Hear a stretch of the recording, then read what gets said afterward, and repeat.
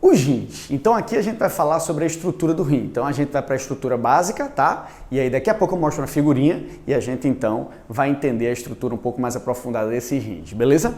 Se eu vim aqui desenhar um rim, o que é que acontece? Vamos lá, veja só. O rim, ele vai ter o quê? Ele vai ter a chegada de uma artéria, tá? Então vou desenhar aqui o que seria o rim. Aqui eu vou desenhar o que seriam os bacinetes. Tá? E aqui, no caso, o ureter. Né? Esse ureter vai conduzir até a bexiga. Tá? O que é que vai acontecer aqui? Eu vou botar de forma representativa. Tá? O que é que acontece? Aqui eu tenho a artéria renal. Então, artéria renal. Essa artéria ela vai chegar com um sangue sob alta pressão. Tá? E esse sangue ele vai estar trazendo oxigênio, vai estar trazendo nutrientes, mas está trazendo também as excretas nitrogenadas. Então, esse sangue ele vai chegar aqui com uma alta pressão e ele vai, no caso, fazer o quê? Ele vai deixar o oxigênio, vai deixar nutriente e vai deixar os excretas aqui no rim. E saindo desse rim, logicamente, a gente terá a veia renal. Então, quando a gente tem aqui a veia renal, olha só, veia renal, essa veia ela vai sair com a menor quantidade de excreta. Porém, aqui já vai também alguns excretas do próprio rim e uma alta concentração de CO2 em relação ao O2. Então, vai ser um sangue venoso, tá? E aí, logicamente, que a pressão aqui ela vai ser menor. O que acontece aqui? Essa artéria ela vai começar a se ramificar, tá? Então, eu vou fazer assim de forma novamente representativa. Ela vai se ramificar, logicamente que a pressão ela já vai diminuindo por conta disso. E aqui ela vai, no caso, se novelar em pequenos glomérulos. Então as arteríolas elas vão, no caso, se posicionar em pequenos glomérulos. Esses pequenos glomérulos vão estar envoltos por uma estrutura conhecida como cápsula renal. Essa cápsula renal é a cápsula néfrica. Então tem estruturas aqui que são conhecidas como néfrons que vão estar nessa região do rim. Esses néfrons, ele tem a configuração mais ou menos dessa forma. Não se preocupa se você não estiver lembrando, tá? Porque a gente vai visualizar isso de forma muito nítida na figura e vai ficar muito mais fácil. Então, meu interesse aqui não é fazer um super desenho para você identificar, mas depois mostrar a figura para você. Então, quando você tem isso aqui, o que é que acontece? Esse néfron ele vai estar assim, ó. Aqui vai estar aqui a cápsula, que é essa estrutura, túbulo proximal, alça de Henle, tubo distal e duto coletor. Só que, na verdade, não tem um néfron desse. Existem vários néfrons que vão estar aqui, ó. E aí, vários néfrons que vão estar aqui, ó. E vários néfrons que vão estar aqui, ó. No final do néfron, que é essa região aqui, ó, aqui você vai ter o glomérulo, tá? Esse glomérulo aqui, a arteríola aferente, a arteríola eferente. E no final desse túbulo aqui, ó, você já tem a urina, ok? Então, logicamente que nesse final aqui, onde eu vou estar pintando aqui, ó, está sendo produzida urina, ó. Essas estruturas aqui, que são os conjuntos desses túbulos, são chamados de pirâmides renais, tá? Essas pirâmides renais, elas vão desembocar, eu vou tirar aqui agora essas arteríolas, tá? Só para fazer uma figura mais fácil de você ilustrar, obviamente, identificar. Aqui, ó, você vai ter umas estruturas assim, ó, que são chamadas de cálices renais. Tá? Esses cálices renais, eles vão desembocar aqui, ó, nos bacinetes. Então, estou tirando a veia, estou tirando a artéria, e aí você tem esses cálices renais que vão desembocar aqui nesse bacinete. Então, ó, vem para cá, ó. Tá? Que é a chamada pelve renal. Então aqui você tem a pelve, né, que você tem esse bacinete, e aí você vem com a urina para essa região. Então veja, o néfron vai ser capaz de filtrar esse sangue aqui e depois jogar para essa região que é o cálice. Esse cálice vai jogar a urina agora pronta para essa pelve renal, que você tem um bacinete, e aqui você tem o ureter. Esse ureter, ele vai fazer o quê? Não é uretra, tá? É ureter. Esse ureter, ele vai fazer um movimento peristáltico, então ele é músculo liso, vai fazer um movimento peristáltico, conduzindo a urina até a bexiga. Aí, ao chegar na bexiga, você tem a uretra. Então, nesse caso, o sangue, ele vai ser filtrado no glomérulo, tá? Sob alta pressão, porque vem da artéria renal e já vem para cá. Depois ele volta formando a veia renal. E esses vasos sanguíneos, ó, na arteríola aferente é a que chega, eferente é a que sai, ele, ó, enovela esse néfron aqui, ó, em várias regiões dele, para poder captar substâncias que porventura sejam ainda boas para o nosso sangue e recuperar ela antes dela sair na urina. Por exemplo, deixa eu só citar um exemplo para você entender. Quando vem aqui sobre alta pressão, o que é que vai ocorrer? Vai ocorrer um processo conhecido como filtração renal. Quando vai ter a filtração renal, o que é que nós temos? Nós temos um grande impacto de sangue que vai fazer com que esse glomérulo venha dilatar e aí, consequentemente, substâncias pequenas conseguem passar para a cápsula renal. Mas substâncias pequenas, entenda, glicose também passa. Só que veja, se ele percorrer todos esses túbulos aqui, que a gente vai nomear depois, essa glicose ela vai sair na urina. E aí não é tão interessante glicose sendo jogada na urina. Aí o que é que acontece? É importante que seja reabsorvido. Veja o que eu falei, reabsorvido. Vai passar do túbulo para o sangue. Então, nesse caso, o que é importante a gente perceber aqui? Vamos lá. Quando ele vai do glomérulo, daqui, ó, para a cápsula, tá? Então, tá separadinho assim, ó, para você só entender. Isso aqui é a cápsula renal. E isso aqui vai ser daqui para cá. Isso é chamado de filtração. Então, aqui é uma filtração glomerular, filtração renal, ultrafiltração renal. Tanto faz. Quando você tem o túbulo renal, então tá aqui ó, o túbulo, seja ele proximal, alça, distal, coletor, o tubo, essa partezinha preta do néfron, e ele passa para o vaso sanguíneo, olha só, tá aqui, isso aqui ó, a glicose ia sair na urina e veio para o sangue de volta. Isso aqui é chamado de reabsorção. Ô Bara, eu posso chamar de absorção? Não, absorção é no intestino, é reabsorção. Ele absorveu no intestino e está absorvendo de novo aqui. Então é reabsorção. E quando ela vai passar do sangue, olha só, para o túbulo renal, então pode fazer isso? Pode. Aí isso aqui recebe o nome de secreção renal, tá? Então aqui, desculpa porque não vai caber, mas eu vou botar aqui do lado. Olha só, secreção renal. Então aí você tem a ultrafiltração ou filtração, reabsorção e secreção. Então quando os vasos sanguíneos querem jogar creatinina dentro do túbulo sem passar por aqui, ó, pelo glomérulo, ele consegue fazer isso. Daí é chamado de secreção. Então eu tenho uma filtração, eu tenho uma reabsorção e tenho uma secreção renal. E aí, logicamente, a formação da urina no final, tá? Esse rim ele é envolto por uma cápsula, que é um tecido conjuntivo fibroso. Esse tecido conjuntivo vai proteger o rim, tá? Nós temos aqui as pirâmides renais, nós temos os cálices renais, aí tem cálice maior, cálice menor. Nós temos a pelve aqui com o bacinete e o ureter. E aí, mas muito vaso sanguíneo. Então, você tem a artéria e a arteríola, o que vai dar uma pressão aí no caso renal, tá? E aí, consequentemente, o que é que a gente vai fazer?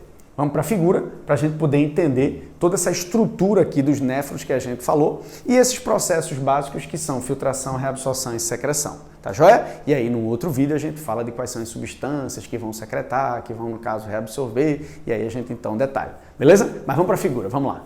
Prontinho, então aqui nós temos o rim, tá? Nós temos o rim fechado dentro da cavidade abdominal e nós temos o rim aberto. Então vamos lá por partes para a gente saber cada estrutura dela e depois a gente vai para o néfron. Então olha só. Quando eu pego aqui o rim, né, nós temos dois rins, claro, esquerdo e direito, né? Esse esquerdo ele fica um pouco mais na parte de cima e o outro na parte de baixo. Ele é do tamanho de uma mão, ele é envolto por uma cápsula. Essa cápsula aqui que a gente falou, né, que vai dar proteção a ele, tá? Ureter, bexiga e uretra. Ureter, lembra, é aquela que vai ter a peristalse. Peristalse não é específico de sistema digestório, tá? O ureter realmente ele faz a peristalse conduzindo a urina até a bexiga e da bexiga ele sai pela uretra, beleza? Nós não vamos fazer aqui a anatomia de uretra, mostrando o esfíncter, voluntário, involuntário, tá? Isso daí realmente não faz parte do estudo no ensino médio, beleza? E aí quando a gente vai para a estrutura do rim, perceba, a artéria renal está aqui, ó, chega com alta pressão, né, distribuição de sangue no rim. Nós temos as pirâmides renais, está aqui, ó, as pirâmides que eu falei que seriam o néfron, né? Então eu posso aqui, ó, aumentar essa estrutura do néfron para você entender, ó. Então aqui você tem a cápsula, tá? Você tem o túbulo proximal, você tem a alça de Henle, você tem o tubo distal e o duto coletor. Então esse amarelinho. Então essa pirâmide renal aqui, ela é formada por vários néfrons que vão estar ali organizados, tá? E aí, consequentemente, nós temos essa estrutura da pirâmide renal. Aí, nesse caso, nós temos o córtex aqui, ó, e nós temos a medula renal. separados por esse pontilhado, obviamente que não é exatamente pontilhado, mas dá para você ver o córtex, dá para você ver a medula. O néfron, inclusive, tem partes no córtex e parte na medula renal, tá? E os cálices aqui, ó, que eu falei cálice maior e cálice menor, mas a gente vai chamar de cálice, tão somente, que é aquele que capta a urina e joga aqui para a pelve renal, que seria os bacinetes. E aí, consequentemente, joga para o ureter já vai contraindo e levando essa urina para a bexiga, tá? E aí, nós temos, então, o que seria o néfron, papila aqui ou pirâmide renal, tá? E aí nós temos aí o que seria o rim e o que seria o néfron, beleza?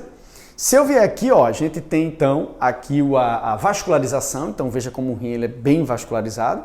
A artéria renal ela se transforma em arteríolas, né? Então vem a artéria segmentar, e aí então essas artérias arqueadas, interlobulares e tal, isso aqui é do ensino superior, fica muito tranquilo, beleza?